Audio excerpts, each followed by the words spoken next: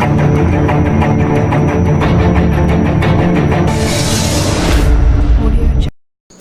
IAS அகாடமியின் மாணவ நண்பர்கள் அனைவருக்கும் வணக்கம். இது உங்கள் பொன்வேல் பாண்டியன் நடப்பு நிகழ்வுகள் ஆசிரியர். நடப்பு நிகழ்வுகளில் இன்னைக்கு நம்ம பார்க்க போகிற பகுதி செப்டம்பர் 29ஆம் தேதிக்குரிய தினசரி நடப்பு நிகழ்வுகள். சரியா? கடந்த வகுப்பில் செப்டம்பர் 27, 28 பார்த்தோம். இப்போ தொடர்ச்சியாக நம்ம பார்க்க போகிறோம். சரியா?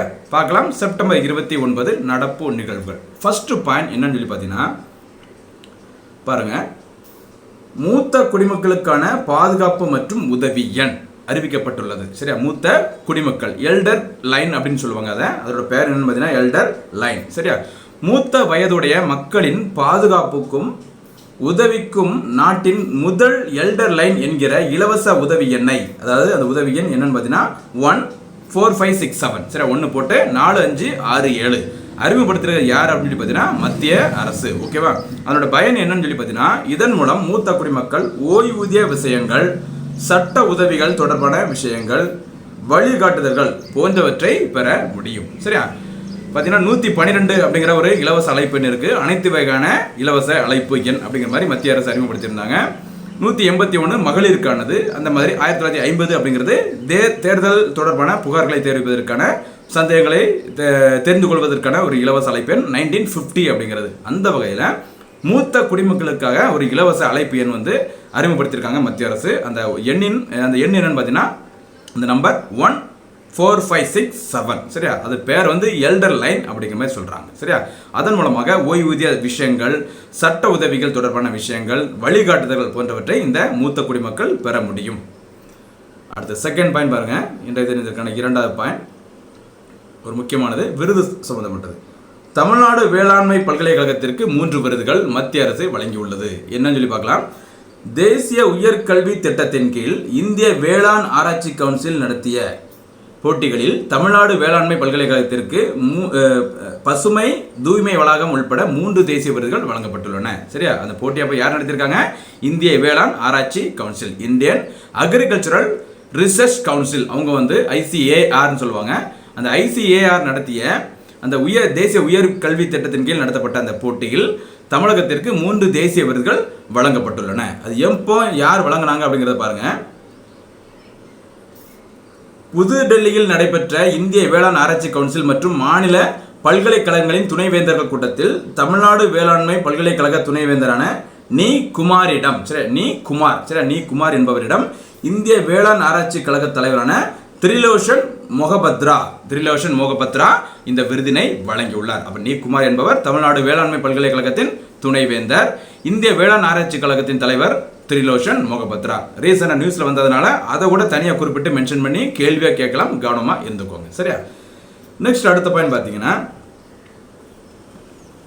அடுத்து ஒரகடத்தில் மருத்துவ மின்சாதன பூங்கா. மருத்துவ சாதன பூங்கா பாருங்க. ஒரகடம் அமைந்துள்ள இடம் காஞ்சிபுரம் மாவட்டம். ஒரகடத்தில் மருத்துவ சாதன பூங்கா அமைப்பதற்கு மத்திய அரசு அனுமதி வழங்கியுள்ளதாக முதல்வர் மு.க. ஸ்டாலின் அவர்கள் தெரிவித்துள்ளார். சரியா? இதை யார் உருவாக்க போறாங்க அப்படின்னு பார்த்தீங்கன்னா இந்த பூங்கா சிப்காட் நிறுவனங்கள் மூலம் அமைக்கப்பட உள்ளது. சரியா? சிப்காட் நிறுவனம் இந்த பூங்காவை அமைக்க போறாங்க. எங்க? ஒரகடம் அமைந்துள்ள இடம் காஞ்சிபுரம். என்ன பூங்கா? மருத்துவ சாதன பூங்கா. நெக்ஸ்ட் பாயிண்ட் பாருங்க. அடுத்த பாயிண்ட் பாருங்க. கலைஞர்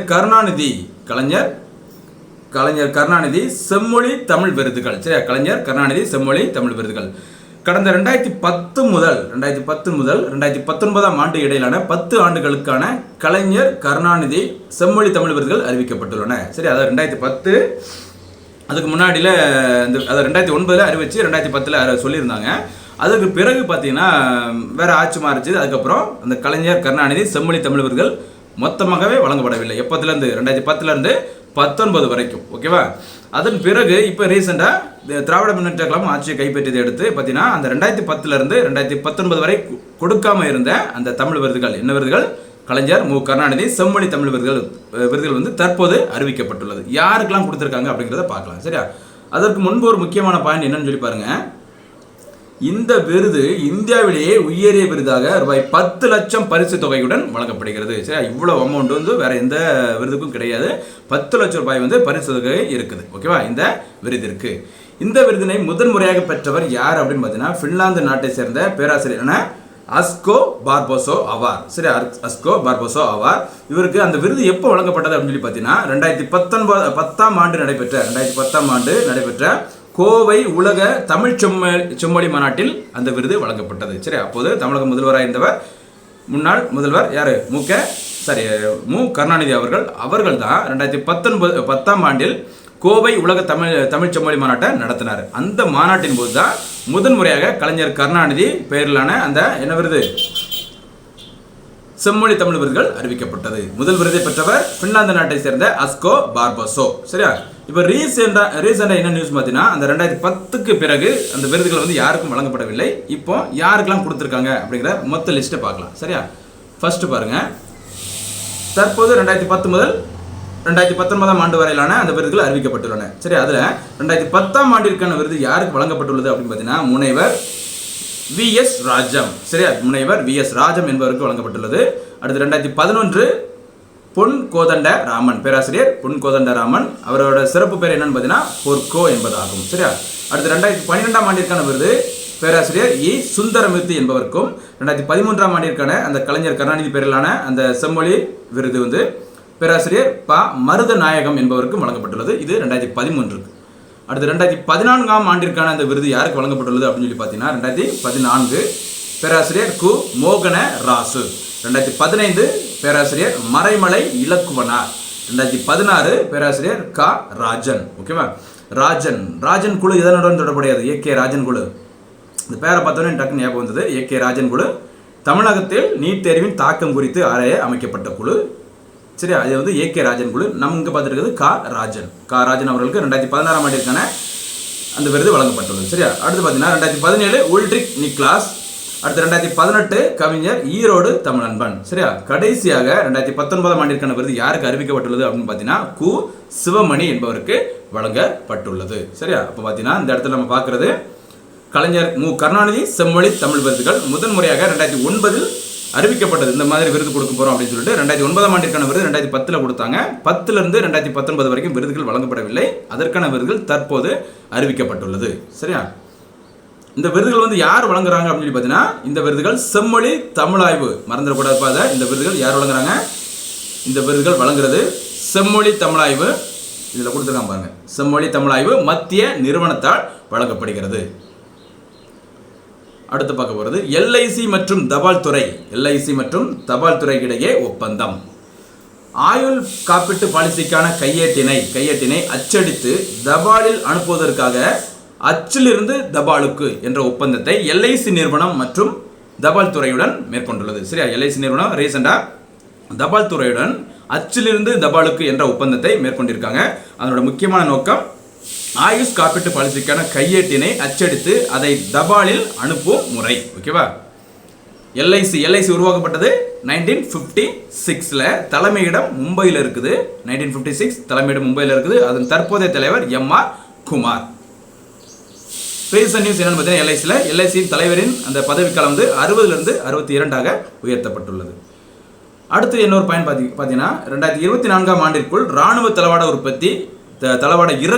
இறக்குமதி நிறுத்தம் செய்யப்படும். யார் சொல்லியிருக்காங்க அப்படின்னு பார்த்தீங்கன்னா ராஜ்நாத் சிங். அவர் வந்து மத்திய பாதுகாப்புத்துறை அமைச்சர். பாருங்க, வரும் 2024ஆம் ஆண்டிற்குள் 108 வகையான ராணுவ தளவாடங்களின் இறக்குமதி நிறுத்தப்படும் என பாதுகாப்புத்துறை அமைச்சர் ராஜ்நாத் சிங் தெரிவித்துள்ளார். அதாவது நம்மளே சுயசார்பு திட்டத்தின் கீழ் நமக்கு தேவையான அந்த ராணுவ தளவாடங்களை வந்து உற்பத்தி செய்து 108 வகையான ராணுவ தளவாடங்களின் இறக்குமதிக்கு வந்து நம்ம செய்யக்கூடாது, நம்ம வந்து ஏற்றுமதி செய்யணும் அப்படிங்கிற மாதிரி இலக்கு நிர்ணயம் பண்ணியிருக்காங்க. இந்த ஆண்டுக்குள்ள 2024ஆம் ஆண்டிற்குள். அதே 2024ஆம் ஆண்டிற்குள் தான் ஜல் ஜீவன் திட்டத்தின் கீழ் இந்தியாவில் இருக்கிற எல்லாருக்கும் குடிநீர் இணைப்பு வழங்க இலக்கு நிர்ணயம் செய்யப்பட்டுள்ளது. சரியா, ஜல் ஜீவன் மிஷன் அதோட டார்கெட் 2024 தான். அதே சமயத்தில் 108 வகையான ராணுவ தளவாடங்களின் இறக்குமதி வந்து நிறுத்தணும் அப்படிங்கிற மாதிரி இலக்கு நிர்ணயம் பண்ணியிருக்காங்க. அதுவும் 2024 தான். நெக்ஸ்ட் எடுத்து பாருங்க, பாதுகாப்புத் துறையில் FDI உயர்த்தப்பட்டது. பாதுகாப்புத் துறையில் அந்நிய நேரடி முதலீடு உயர்த்தப்பட்டது. அதான் FDI, ஃபாரின் டைரக்ட் இன்வெஸ்ட்மெண்ட். சரியா? பாதுகாப்புத் துறையில் அந்நிய நேரடி முதலீட்டின் அளவு 49% 74% உயர்த்தப்படுவதாக மத்திய அரசு அறிவிச்சிருக்காங்க. சரியா? அப்போ பார்த்தீங்கன்னா இந்த டிஃபென்ஸ் ஏரியாவில் பார்த்தீங்கன்னா பாதுகாப்புத் துறையில் அந்நிய நேரடி முதலீடு இதற்கு முன்பு 49% இருந்தது. அது தற்போது 74% உயர்த்தப்படுவதாக மத்திய அரசு அறிவிச்சிருக்காங்க. இந்த மாதிரி சில விஷயங்கள் வந்து அடிக்கடி கேட்பாங்க. ஓகேவா? FDI எவ்வளவு பாதுகாப்புத் துறையில் அப்படிமா கேட்கறதுக்கு வாய்ப்பு இருக்குது. கவனமாக இருந்துக்கோங்க. நெக்ஸ்ட் அடுத்து பாருங்க. நெக்ஸ்ட் பாயிண்ட் ஒரு முக்கியமான பாயிண்ட். 2025 ஆண்டிற்குள் ரூபாய் 1.75 லட்சம் கோடி திரட்டுவதற்கு இலக்கு. ஓகேவா? இந்த 1.75 லட்சம் கோடி அப்படின்னு உங்களுக்கு வேற ஒரு விஷயம் ஞாபகம் வரும். இந்த இப்போ கடைசியாக அறிவிக்கப்பட்ட அந்த பட்ஜெட்டில் ஒரு முக்கியமான அறிவிப்பு அறிவிச்சிருந்தாங்க. என்னன்னு பார்த்தீங்கன்னா பொதுத்துறை நிறுவனங்கள், சரி, பொதுத்துறை நிறுவனங்களை தனியார் மயமாக்குவதன் மூலம் ரூபாய் 1.75 லட்சம் கோடியை நடப்பு நிதியாண்டில் திரட்டுவதற்கு மத்திய அரசு இலக்கு நிர்ணயம் பண்ணியிருக்கிறாங்க. சரி, நடப்பு நிதியாண்டில். அது வேற. இங்கே பார்த்துட்டு இருக்குது 2025 ஆண்டிற்குள் ரூபாய் 1.75 லட்சம் கோடியை திரட்ட இலக்கு. எதற்கு அப்படின்னு சொல்லி பார்க்கலாம். பாருங்க, வரும் 2025 ஆண்டிற்குள் ராணுவ தளவாட உற்பத்தியில் விற்று முதலை 2500 கோடி டாலராக, அதாவது இந்திய ரூபாய் மதிப்பில் ரூபாய் 1.75 லட்சம் கோடியாக அதிகரிக்கவும், 500 கோடி டாலர், அதாவது 35,000 கோடி அளவிற்கு தளவாடங்களை ஏற்றுமதி செய்யவும் பாதுகாப்புத்துறை அமைச்சகம் இலக்கு நிர்ணயித்துள்ளது. சரியா? அப்போ பார்த்தீங்கன்னா ஏற்றுமதி வந்து 2025 ஆண்டிற்குள்ள 35,000 கோடி அளவுக்கு இருக்கணும். அதே சமயத்தில் அந்த விற்று முதல் சொல்லுவாங்க இல்லையா, விற்று முதல் அது வந்து 1.75 லட்சம் கோடியாகவும் அதிகரிக்கணும் அப்படிங்கிற மாதிரி இலக்கு நிர்ணயம் பண்ணியிருக்காங்க. எந்த ஆண்டிற்குள்? 2025. அடுத்த பாயிண்ட் பாருங்க. காவிரி நீர் மேலாண்மை ஆணையத்தின் முதல் முழு நேர தலைவராக சௌமித்ரா ஸ்பெல்லிங் தப்பு, சௌமித்ரா குமார் ஹல்தார், SK ஹல்தார் அப்படிங்கிற சொல்லுவாங்க. சரி, SK ஹல்தார் மத்திய அமைச்சரவையின் நியமன குழுவினால் நியமனம் செய்யப்பட்டுள்ளார். சரி, அப்போ ரீசெண்டா SK ஹல்தார் என்பவர் செய்திகளை வந்திருக்கிறாங்க. அவர் தான் காவிரி நீர் மேலாண்மை ஆணையத்தின் முதல் முழு நேர தலைவர். சரியா? பாருங்க, இதுக்கு முன்னாடி வேற இன்னொரு பொறுப்புல அவரே வந்து இருக்கிறாரு. என்னன்னு பாருங்க. மத்திய நீர்வள ஆணைய தலைவராக இருக்கும் SK ஹல்தார் காவிரி நீர் மேலாண்மை ஆணையத்தின் முதலாவது முழு நேர தலைவராக நியமிக்கப்பட்டுள்ளார். இவருடைய பதவிக்காலம் எப்போ பதவியை ஏற்றுக்கொள்கிறாரோ அதிலிருந்து 5 ஆண்டுகள் அல்லது மறு உத்தரவு வரும் வரை இந்த பொறுப்பில் இருப்பார் SK ஹல்தார். அப்போ மத்திய நீர்வளத்துறை ஆணைய தலைவராக இருப்பவரும் காவிரி நீர் மேலாண்மை ஆணையத்தின் முதல் முழு நேர தலைவர் ரெண்டுமே யார் தான்? SK ஹல்தார். கன்ஃபியூஸ் ஆகிடக்கூடாது. நெக்ஸ்ட் அடுத்து பாருங்க, ஒரு திட்டம், ஆப்த மித்ரா திட்டம். சரி, ஆப்த மித்ரா திட்டம் பேரிடர் நண்பர்கள் திட்டம் அப்படிங்கிறதா இதோட மீனிங். பேரிடர் நண்பர்கள். சரி, அங்கே கொடுத்துருங்க பாருங்க. எந்தவித பேரிடர் ஏற்பட்டாலும் அதை எவ்வாறு எதிர்கொள்வது என்பதை அனைத்து மக்களும் அறிந்திருக்க வேண்டும் என்ற நோக்கில் அவர்களுக்கு பயிற்சி வழங்க ஆப்த மித்ரா அல்லது பேரிடர் நண்பர்கள் என்ற திட்டத்தை 350 நாடு முழுவதும் 350 மாவட்டங்களில் அறிமுகம் செய்ய உள்ளது. இந்த திட்டத்தின் கீழ் காப்பீடும் வழங்கப்படும். சரியா? அதாவது பார்த்தீங்கன்னா பேரிடர் காலத்தில் எப்படிலாம் எதிர்கொள்ளலாம் அப்படிங்கிற மாதிரி எல்லா மக்களும் அறிஞ்சிருக்கணும் அப்படிங்கிறதுக்காக ஒரு திட்டத்தை வந்து அறிவிச்சிருக்காங்க. இந்தியாவில் ஒரு 350 மாவட்டங்களில். அதற்கு வைக்கப்பட்ட பெயர் ஆப்த மித்ரா, பேரிடர் நண்பர்கள். சரியா? இந்த தகவல் வந்து எப்போ அறிவிக்கப்பட்டது அப்படின்னு சொல்லி பாருங்க. இந்த தகவலை புதுடெல்லியில் நடைபெற்ற தேசிய பேரிடர் மேலாண்மை ஆணையம் உருவாக்கப்பட்டதன் 17வது ஆண்டு தின நிகழ்ச்சியில் மத்திய உள்துறை அமைச்சர் அமித்ஷா தெரிவித்தார். சரி, அமித்ஷா வந்து 17வது ஆண்டு தினம், என்ன தினம்? தேசிய பேரிடர் மேலாண்மை ஆணையம் உருவாக்கப்பட்டதன் 17வது ஆண்டு தினம் புதுடெல்லியில் கொண்டாடப்பட்டது. அந்த நிகழ்ச்சியில தான் இதை அறிவிச்சிருக்காங்க. ஆப்த மித்ரா திட்டம் அல்லது பேரிடர் நண்பர்கள் திட்டம். நெக்ஸ்ட் ராஜஸ்தான்ல ஒரு நியூஸ் பாருங்க. மாநில செய்திகள்ல ராஜஸ்தான் தொடர்பானது. ராஜஸ்தான் மாநிலம் ஜோத்பூர் IITயில் Indian institute of technology Jodhpur IITயில் செயற்கை நுண்ணறிவு ஆய்வகம் அமைப்பதற்கு குடியரசு துணைத் தலைவர் வெங்கையா நாயுடு அடிக்கல் நாட்டியுள்ளார். சரி, அப்போ ஜோத்பூர் IIT ரீசெண்டாக நியூஸ்ல வந்திருக்குது. அமைந்துள்ள மாநிலம் ராஜஸ்தான். அங்க செயற்கை நுண்ணறிவு ஆய்வகம் அமைப்பதற்கான ஒரு அடிக்கலை நாட்டியுள்ளார் இந்திய குடியரசு துணைத் தலைவர் வெங்கையா நாயுடு. நெக்ஸ்ட் மேட்டர் பாருங்க. அடுத்து ஊட்டச்சத்து செறிவூட்டப்பட்ட 35 பயிர் வகைகள். மத்திய பார்த்தீங்கன்னா சூப்பரான ஒரு விஷயம். அது ஒரு பசுமை புரட்சி மாதிரி கூட சொல்லலாம். இனிமேல் அப்படிதான் சொல்லுவாங்க. ஓகேவா? பாருங்க, ஊட்டச்சத்து செறிவூட்டப்பட்ட 35 வகையான பயிர் வகைகளை பிரதமர் மோடி நாட்டிற்கு அறிமுகப்படுத்தினார். பாருங்க, பருவநிலை மாற்றத்தை தாங்கக்கூடிய மற்றும் ஊட்டச்சத்து செறிவூட்டப்பட்ட 35 வகையான பயிர் வகைகளை பிரதமர் மோடி காணொளி மூலம் அறிமுகப்படுத்தினார். இந்த பயிர்களை யார் உருவாக்கியிருக்காங்க அப்படின்னு பார்த்தீங்கன்னா இந்திய வேளாண் ஆராய்ச்சி council ICAR, Indian council of agricultural research சொல்லுவாங்க. சரி, Indian council of agricultural research, இந்திய வேளாண் ஆராய்ச்சி கவுன்சில் தான் அந்த 35 வகையான பயிர் வகைகளை உருவாக்கியிருக்காங்க. அதை பிரதமர் மோடி காணொலி மூலம் அறிமுகப்படுத்தினார். அதாவது எல்லா பருவ காலத்திலையும் தாங்கக்கூடிய அது மட்டும் இல்ல, ஊட்டச்சத்து மிகுந்து காணப்படுற செறிவூட்டப்பட்ட அந்த பயிர் வகைகள் தான் இது. மொத்தம் எத்தனை? 35. அதை உருவாக்கினது இந்திய வேளாண் ஆராய்ச்சி கவுன்சில். அடுத்து சத்தீஸ்கர் மாநில தொடர்பான ஒரு செய்தி.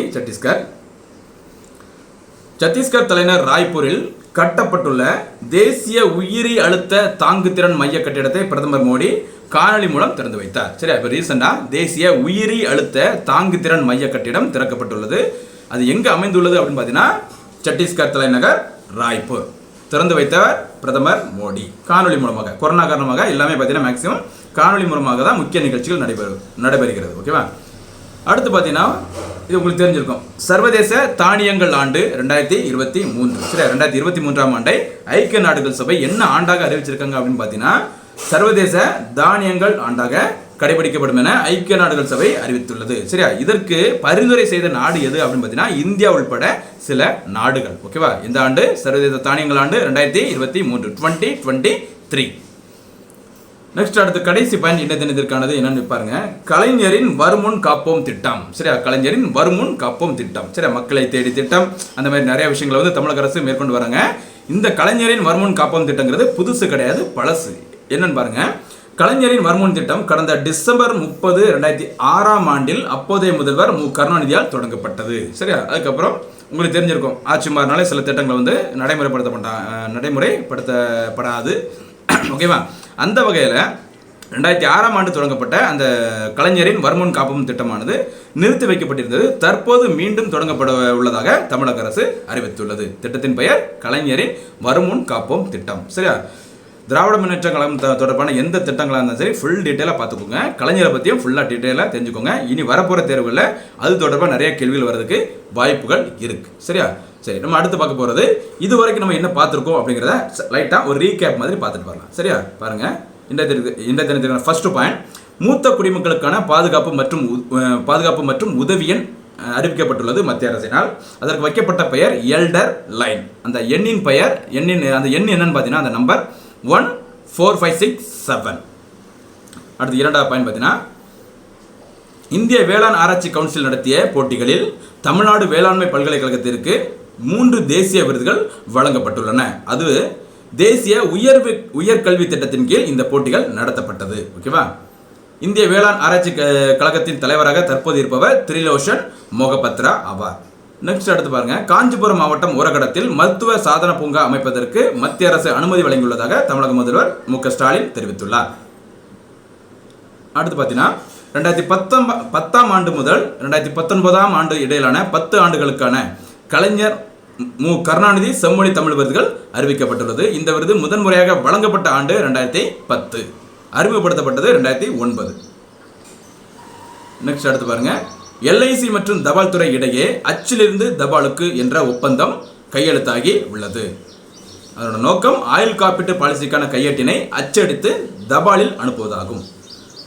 அடுத்து பார்த்தீங்கன்னா 2024ஆம் ஆண்டிற்குள் ராணுவ தளவாட இறக்குமதியை நிறுத்துவதற்கு மத்திய அரசு இலக்கு நிர்ணயித்துள்ளதாக அறிவித்துள்ளது.